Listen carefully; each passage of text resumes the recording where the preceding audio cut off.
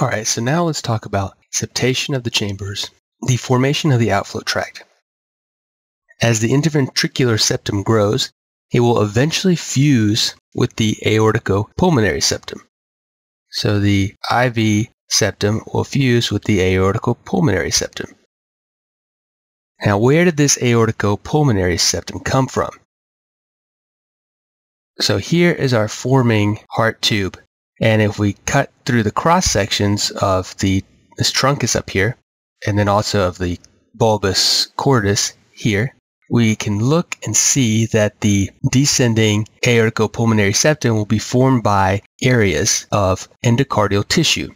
So in this area up here, the truncal area, you can see that there is, if we look at the cross section, there will be little bulges of tissue like this. Also in the bulbous cordis region, we can see that there are little segments of tissue bulging out into the canal. And these will continue to grow into septations. So they'll grow towards midline and form a septum, like this. And also like this in the bulbous cordis region. So the endocardial cushion tissue, these little bumps of tissue here and here and here and here in the truncal and the bulbous cordis regions will grow to form septations so that the septum will grow in a spiraling fashion due to the growth of the endocardial tissue towards midline. And again, this occurs in a twisting motion all the way from the top here to the bottom of the bulbous cordis. It creates a new septum that divides this one trunk, like this, into two, and it spirals because of the growth of the different endocardial tissue in the truncus and bulbous cordis regions. Now, who is responsible for coordinating all of this? Neural crest cells. Now let's bring them into the equation and review this quickly. So neural crest cells interact with the proliferations of the endocardial tissue in the areas of the truncal and bulbar ridges. So the neural crest cells are really important for the development of the aorticopulmonary septum. The 180-degree spiraling movement of the aorticopulmonary septum as it descends causes the truncus arteriosus to rotate. So there are a few things that can go wrong when we are forming the great vessels. Number one, we're talking about the failure of the AP septum to properly rotate. Not to properly form, but to properly rotate in its descent. This failure to properly rotate will lead to transposition of the great vessels. So the aorta will be connected incorrectly with the right ventricle, and the left ventricle will be incorrectly connected with the pulmonary trunk. So this is incorrect and this is incorrect. How does an infant survive when the pulmonary and the systemic circulations are in two completely separated circuits like this? Well, there has to be some way for blood to mix. We need a VSD, a ASD, or a patent foramen ovale so that the blood can mix within these chambers, because right now they are in two different circuits. Another problem that can happen is that we can have an anterior and lateral displacement of the septum. And this leads to tetralogy of Fallot, shown in this diagram. This poor anterior and lateral placement creates a very stenotic opening to the pulmonary outflow tract, and this leads to the other components of the tetrad. Can you name the other components of the tetrad? So they're on this image, and it's going to help us visualize it. So this anterolateral displacement of the descending aorticopulmonary septum does not allow the closure of the interventricular septum. Remember, the AP septum has to come down and fuse with the interventricular septum. And this does not happen. What happens in result? We get a VSD. The stenotic opening creates a very high afterload. The right ventricle is going to have to work very hard to pump into this pulmonary trunk. So right to left shunting will occur. Now, all of the excess tissue degenerated, and we only have these thin sheets of connected tissue left. And these will be our valves. The AV valves, or atrioventricular valves, form from tissue that is already surrounding the AV canals. and this is fused endocardial cushion tissue. What about the semilunar or aortic and pulmonary valves? These form from endocardial cushion tissue in the aortic and pulmonary outflow tracts. Pretty simple, right? Now, what happens if the valve fails to form? If the valve fails to form from this endocardial cushion wall tissue, you call the valve atretic. This literally means A is for without, and then tretic is a perforation, so without perforation. There is no perforation because there is no separation of the atrioventricular canal by a valve. So instead of separating this AV valve into two, this valve does not form, and we are just left with this. The one you will be responsible to know is tricuspid atresia. This poorly formed or atretic tricuspid valve did not adequately separate the right atrioventricular canal into a right atrium and right ventricle. There was no valve appropriately formed to do this. So what's left? The result is a very weak and tiny rudimentary right ventricle and a humongous left ventricle. Now, another problem with valve development that you need to know about is called Epstein anomaly. This is when apoptosis and separation of the valve from the endocardial cushion tissue that is part of the heart chamber did not occur completely. There is incomplete separation of the valve from this wall. So instead of this freely moving valve, it can be stuck or tapered down to the wall or the floor of the chamber. This failed separation of the tricuspid valve leads to Epstein anomaly. The tricuspid valve leaflets are tethered down to the myocardium of the right ventricle where they came from. They came from the endocardial cushion tissue lining the atrioventricular canal on the right side. So the term atrialized right ventricle is often used to describe this because it appears that the right atrium is extending all the way down into the right ventricle. The truth is that the valve leaflets just never completely separated and they got stuck. So it appears that the right ventricle is very small compared to the size of the right atrium. Fetal erythropoiesis. This is a high yield topic. Let me say that again. Super high yield, gotta know this. Erythropoiesis begins in the 3rd week of development when the first blood cells arise in the yolk sac. This site of blood formation is only temporary. By the 6th week, hematopoiesis also begins to take part in the liver. The liver continues to produce until birth. There is some overlap between periods of erythropoiesis in different organs. So, there are 2 organs producing blood at the same time. Now, erythropoiesis occurs in the liver from 6 weeks until birth. But the spleen also contributes from weeks 10 to 28. When does the bone marrow finally get some action in this? The bone marrow kicks in from 18 weeks until adulthood.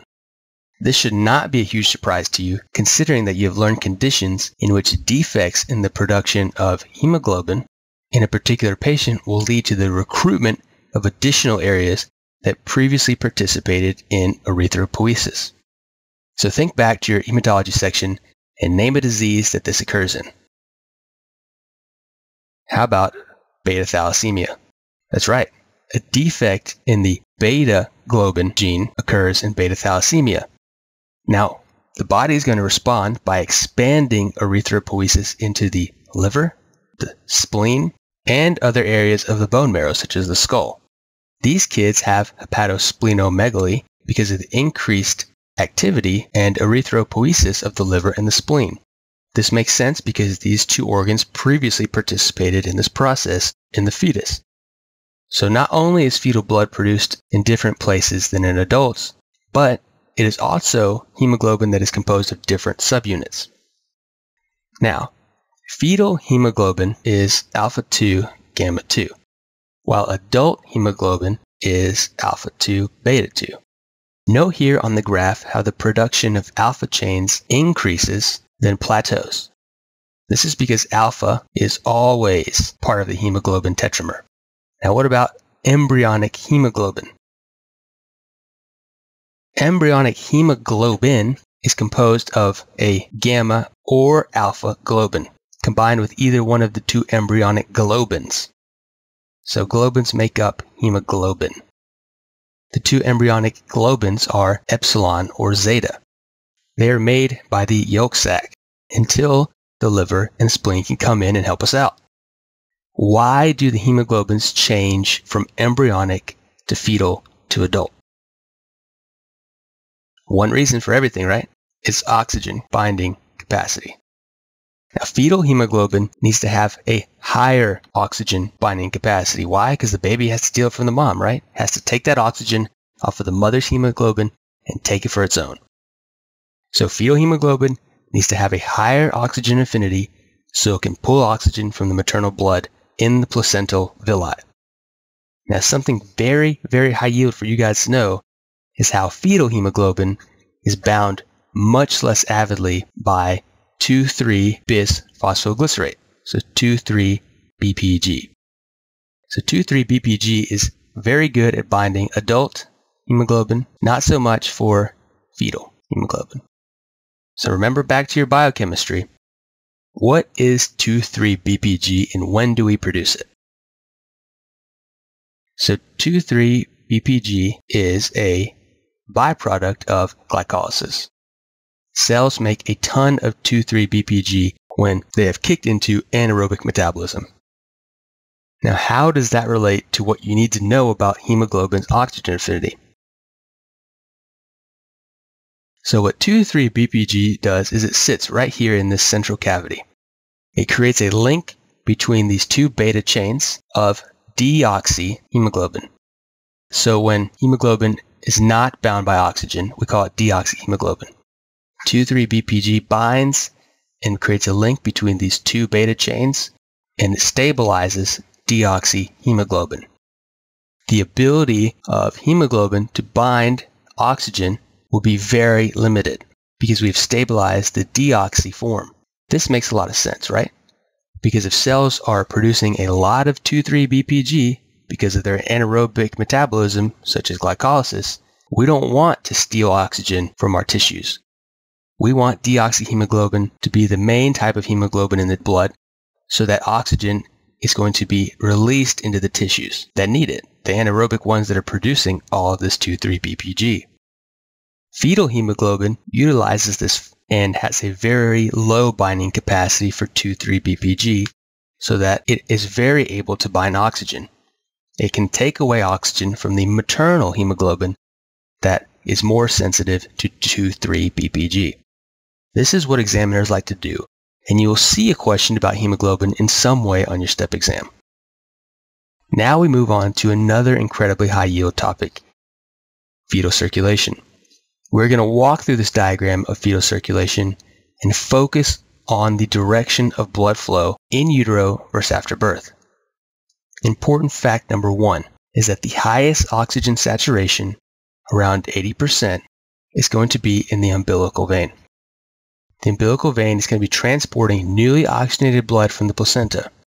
Even though it has highly oxygenated blood, it's called a vein because it's on the way to the right side of the heart.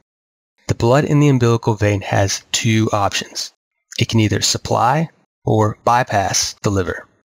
So 1/3 of the blood will join the portal vein and enter the liver. So here's our portal vein.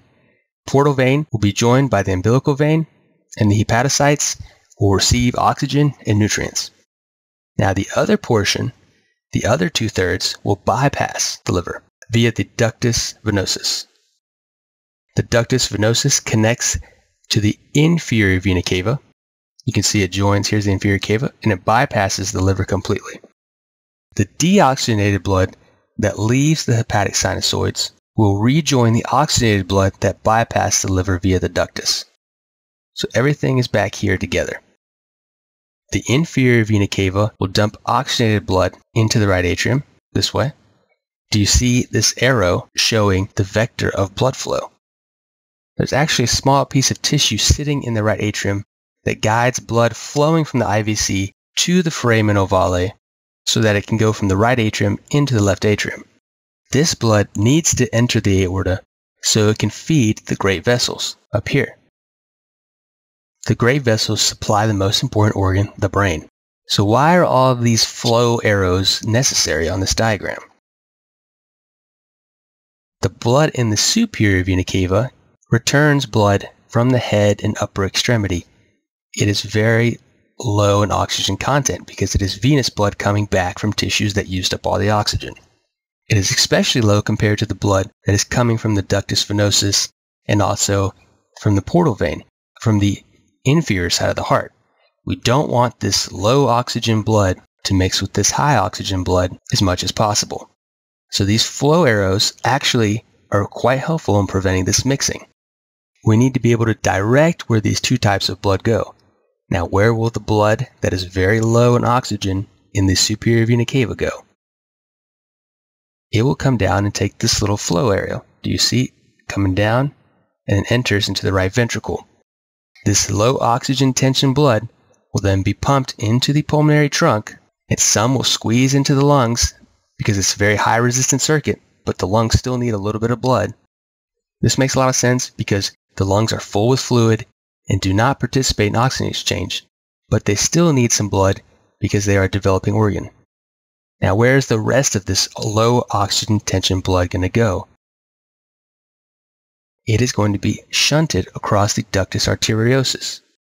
Notice how the ductus receives most of this low oxygen tension blood after the great vessels. This is because the ductus's job is to serve as a shunt so that this low oxygen tension blood does not go to the brain. The shunt is after the great vessels so that the blood will come down into the aorta. When it's in the aorta, it can now be returned back to the umbilical arteries to the placenta. So again, let's review. The shunt is to take this low oxygen blood from the superior vena cava, pass the great vessels into the ductus, into the aorta, all the way down into the umbilical arteries, and then we go to the placenta to get more oxygen. Super high yield here. What happens at birth when the baby is separated from the placenta and the baby takes in a fresh breath of oxygen? So this image shows us some of the hemodynamic changes when the baby is separated from the placenta and starts breathing fresh oxygen. This increased oxygen tension in the lungs causes a ton of vasodilatation. So the resistance goes from very high to very, very low. Remember, the lung is the only organ that has vasoconstriction in settings of low oxygen levels. So in high oxygen levels, it loves it and opens up all of the vessels. Now, cutting the cord leads to a huge decrease in prostaglandin E2. The placenta was producing tons of this. Now that we've separated the baby from the placenta, there is very, very low levels of PGE2 circulating. Remember that prostaglandins E2 and E1 cause smooth muscle relaxation. So without any more PGE2 or PGE1 around, there's no more smooth muscle relaxation. Now, what structures with lots of smooth muscle will now contract? The uterus and the ductus arteriosus. The absence of PGE2, because we separated the baby from the placenta, will cause the ductus to close and the uterus to contract down on itself. This helps limit postpartum bleeding. And also, it aids the ductus arteriosus to contract on itself, and if we close it off, we are left with a remnant called the ligamentum arteriosum. Now, what would you do if for some reason the ductus did not close and we did not get our remnant? We need a drug that will inhibit the production of PGE1 and PGE2.